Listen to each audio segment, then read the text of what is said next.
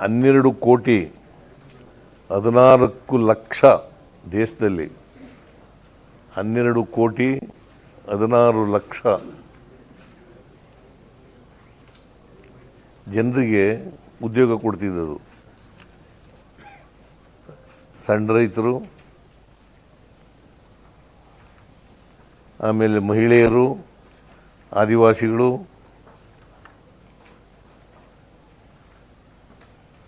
ಪರಿಶಿಷ್ಟ ಜಾತಿ, ಪರಿಶಿಷ್ಟ ವರ್ಗ. ಕರ್ನಾಟಕದಲ್ಲಿ ಸುಮಾರು 71 ಲಕ್ಷ ಜನರಿಗೆ ಉದ್ಯೋಗ ಕೊಡ್ತಿದ್ದದು. 100 ದಿನ, ವರ್ಷದಲ್ಲಿ 100 ದಿನ. into 370 rupees. Into 370 rupees. 37,000.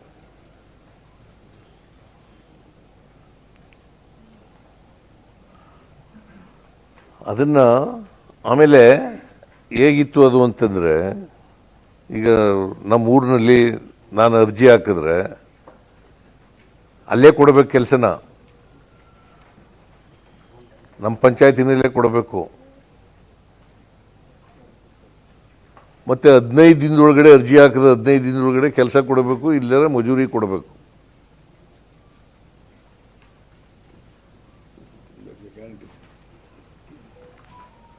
ಇದು ಒಂದು ರೀತಿ ಹಕ್ಕನ್ನ ಕ್ರಿಯೇಟ್ ಮಾಡ್ತಿತ್ತು.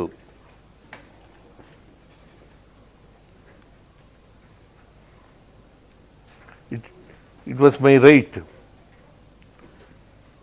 ಆಸ್ ಸೂನ್ ಆಸ್ ನನಗೆ ಕೆಲಸ ಬೇಕು ಅಂತ ಅರ್ಜಿ ಹಾಕಿದ್ರೆ ನಾನು ಯಾವುದೇ ಪಂಚಾಯತಿಗೆ, ಅಲ್ಲಿ ಕೆಲಸ ಕೊಡಬೇಕು, 15 ದಿನದೊಳಗಡೆ ಕೊಡಬೇಕು, ಇಲ್ಲದವರು ವೇತನ ಕೊಡಬೇಕು. ಆಮೇಲೆ ಆ ಪಂಚಾಯತಿ ಗ್ರಾಮ ಸಭೆಯಲ್ಲಿ ಇದು it is against 73rd amendment of the Indian Constitution.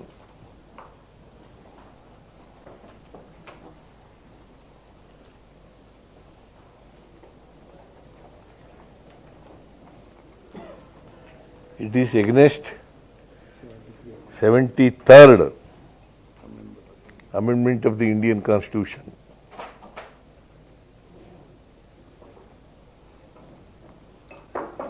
So ಅದಕ್ಕೋಸ್ಕರ ನಾವು ಮಹಿಳೆಯರು ಎಷ್ಟು ಪರ್ಸೆಂಟ್ ಇದ್ರು ಗೊತ್ತಾ? More than 53%.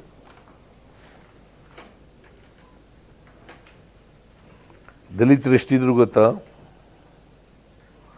28%.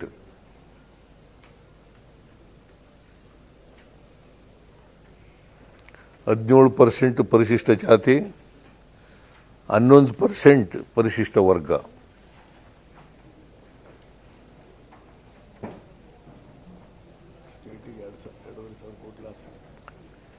ಸುಮಾರು VBG ರಾಮ್ಜಿ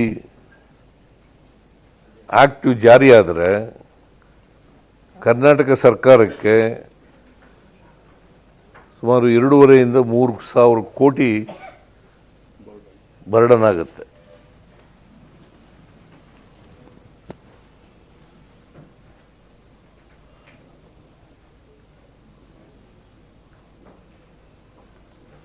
$2.5 - 3 ಸಾವಿರ ಕೋಟಿ ಬರ್ಡನ್ ಆಗುತ್ತೆ.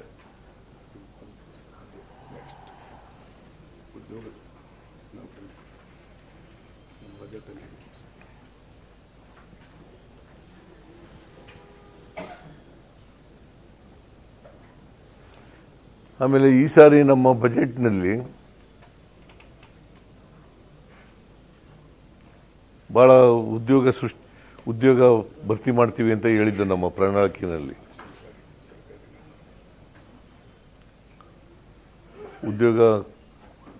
ಖಾಲಿ ಹುದ್ದೆಗಳನ್ನೆಲ್ಲ ಭರ್ತಿ ಮಾಡ್ತೀವಿ ಅಂತ ಹೇಳಿದ್ದು, ಅಂದರೆ ಹಂತ ಹಂತವಾಗಿ ಮಾಡ್ತೀವಿ ಅಂತ ಹೇಳಿದ್ದು.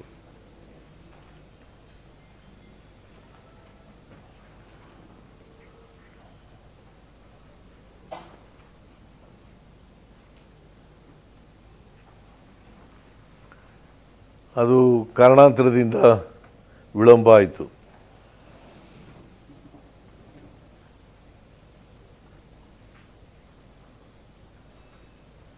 ಅದಕ್ಕೆ ಈ ಸಾರಿ ಬಜೆಟ್ನಲ್ಲಿ ಹೇಳಿದ್ದೀನಿ 56,342 5643.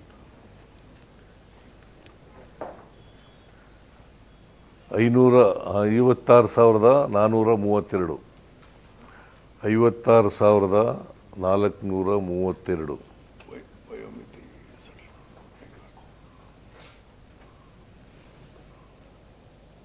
ಹುದ್ದೆಗಳನ್ನು ಈ ವರ್ಷ ಭರ್ತಿ ಮಾಡ್ತೀವಿ ಅಂತ ಹೇಳಿದ್ದೀವಿ. 56,432 ಹುದ್ದೆಗಳನ್ನು ಭರ್ತಿ ಮಾಡ್ತೀವಿ ಅಂತ ಹೇಳಿದ್ದೀವಿ. ಮತ್ತೆ ಭರ್ತಿ ಮಾಡ್ತೀವಿ.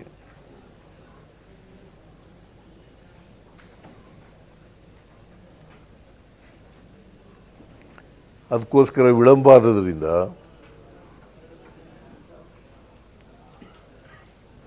ನಾವು ಏಜ್ ರಿಲ್ಯಾಕ್ಸೇಷನ್ ಮಾಡಿದ್ದೀವಿ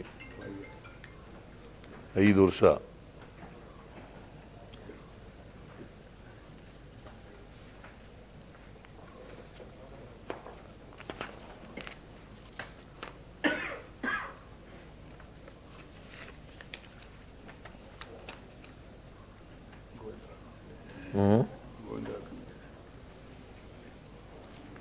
ಆಮೇಲೆ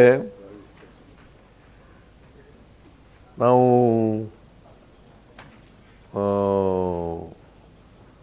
ಅನೇಕ ಆಯೋಗಗಳನ್ನು ರಚನೆ ಮಾಡಿದ್ದು. ಗೋವಿಂದರಾವ್ ರೀಜನಲ್ ಇಂಬ್ಯಾಲೆನ್ಸು ಹೋಗಲಾಡಿಸ್ಲಿಕ್ಕೆ ಯಾರು ಹಿಂದೆ ಇದ್ರಲ್ಲ, ನಂಜುಂಡಪ್ಪನವರು ಅವ್ರದ್ದು ವರದಿ ಆದಮೇಲೆ 2002 ಅವ್ರು ಕೊಟ್ಟಿದ್ದು. 2002 ಸುಮಾರು 24 ವರ್ಷದ ಮೇಲಾಗಿದೆ. ಅದಕ್ಕೆ ರೀಜನಲ್ ಇಂಬ್ಯಾಲೆನ್ಸ್ ಕಡಿಮೆ ಆಗಲಿಲ್ಲ ಅನ್ನೋ ಅನುಮಾನದ ಮೇಲೆ ನಾವು ಗೋವಿಂದರಾವು ಆರ್ಥಿಕ ತಜ್ಞರು ಪ್ರೊಫೆಸರ್ ಎಂ ಗೋವಿಂದರಾವ್ ಅವರ ಅಧ್ಯಕ್ಷತೆಯಲ್ಲಿ ಒಂದು ಸಮಿತಿ ಮಾಡಿದ್ದು. ಆ ಸಮಿತಿ ವರದಿ ಕೊಟ್ಟಿದೆ.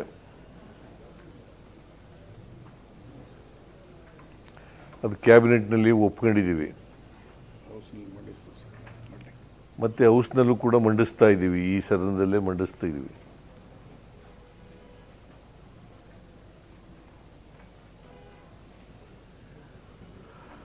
ಅವರು 5 ವರ್ಷಗಳಲ್ಲಿ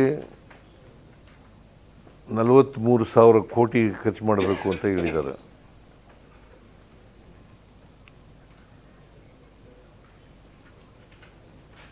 ನಾವು ಆ ಕಮಿಟಿ ಶಿಫಾರಸುಗಳನ್ನು ಒಪ್ಕೊಂಡಿರೋದ್ರಿಂದ 4,000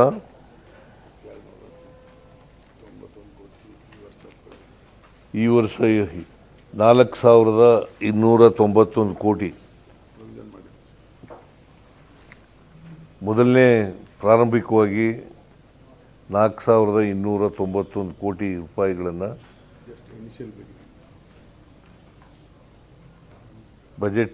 ನಮ್ಮ ಬಜೆಟ್ನಲ್ಲಿ ಘೋಷಣೆ ಮಾಡಿದ್ದೀವಿ.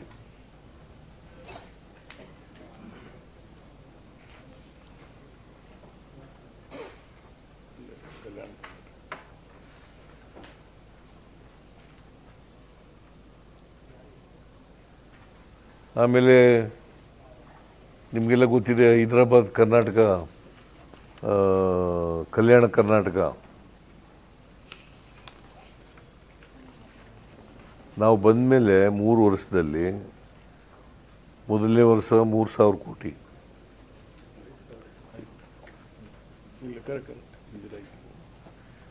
ಮೊದಲನೇ ವರ್ಷ 3,000 ಕೋಟಿ ಅಂದರೆ 23-24, 24-25 5,000 ಕೋಟಿ, 25-26 5,000 ಕೋಟಿ,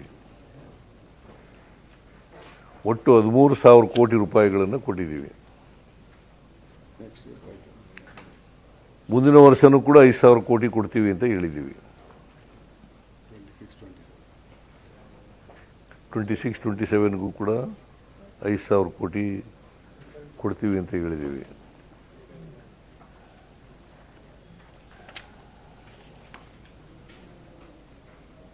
ಸೊ ದಿಸ್ ಈಸ್ ರಿಗಾರ್ಡಿಂಗ್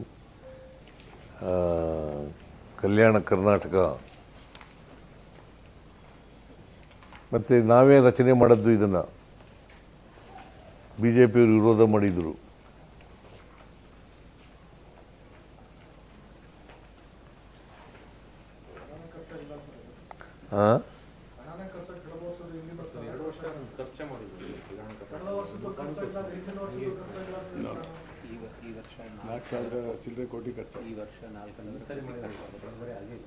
ಈ ವರ್ಷ ಸುಮಾರು 4,000 ಕೋಟಿ ಖರ್ಚಾಗಿದೆ.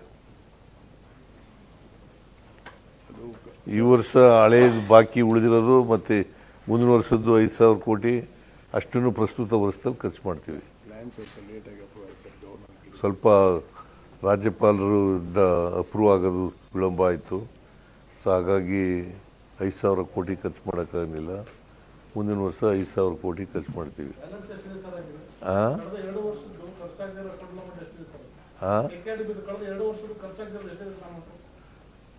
ಎಷ್ಟು ಅಮೌಂಟ್ ಇದೆ ಅಂತಲ್ಲ ಡೀಟೇಲ್ಸ್ ಕೊಡ್ತೀನಿ ನಾನು. ನೋಡಪ್ಪ ಜಾಫರ್, ಅದು We don't have any problem. Money is there with ನಾವು 5,000 ಕೋಟಿ ಕೊಟ್ಬಿಡ್ತೀವಿ, ಅವ್ರು ಖರ್ಚು ಮಾಡ್ಬೇಕು. ಈಗ 4,000. ಹೆಚ್ಚಿನ ವಿಡಿಯೋಗಳಿಗೆ ಪ್ರತಿಧ್ವನಿ ಯೂಟ್ಯೂಬ್ ಚಾನೆಲ್ ಸಬ್ಸ್ಕ್ರೈಬ್ ಮಾಡಿ, ಬೆಲ್ ಐಕಾನ್ ಕ್ಲಿಕ್ ಮಾಡಿ.